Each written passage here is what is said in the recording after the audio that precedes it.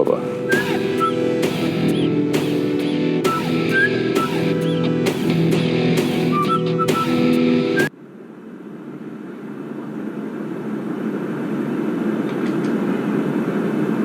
তা ভালো আছো?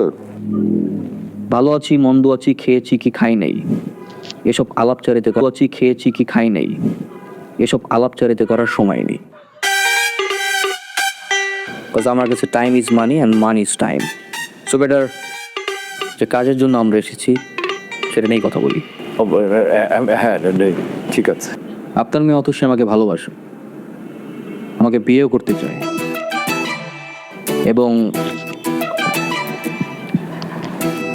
so next deal is auntie bodol and fix the match date as soon as possible. ও হ্যাঁ, ঠিক আছে।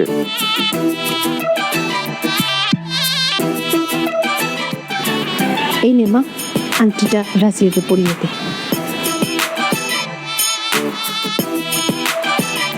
ওয়েট দেখি।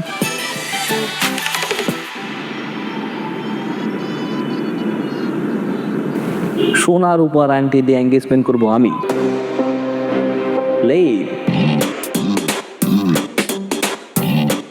আমি আমাদের বিয়ের জন্য দুবাই থেকে স্পেশালি প্লাটিনামের রিং অর্ডার করে এনেছি, সেটা দিয়ে আমাদের এঙ্গেজমেন্ট হবে।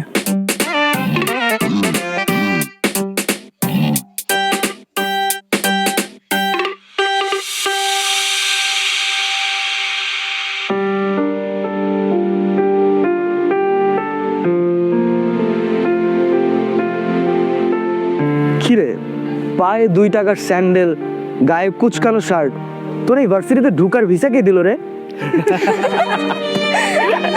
তোরা এভাবে কেন বলতেছিস? আরে শুনি না, তুই থাকস কই? আমার বাসা ভাই পাশের বস্তিতে। তুই শালা এমন একটা চিজ যে কিনা আমাদের ভার্সিটির পরিবেশটাই নষ্ট করে ফেলতেছিস। শোন, এটা হচ্ছে প্রাইভেট ইউনিভার্সিটি, এখানে স্মার্ট আর রিচ কিডরা পড়তে আসে, আর তোর মতো আবুল ইউনিভার্সিটিতে চান্স কেমনে পাইলি?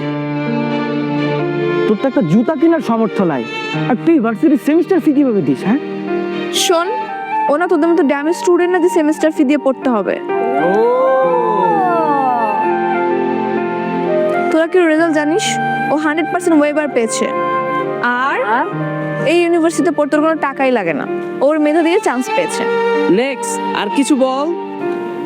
নেক্সট আমি বলতেছি, ওদের মতন স্টুডেন্টদের জন্য না আমাদের ভার্সিটিটা একদম পুরো গুলিস্তানের বাস স্ট্যান্ডের মতন হয়ে গেছে। তোদের জন্য না এই ভার্সিটি না, তোরা না পাবনায় চলে যা, ওইটাই পারফেক্ট।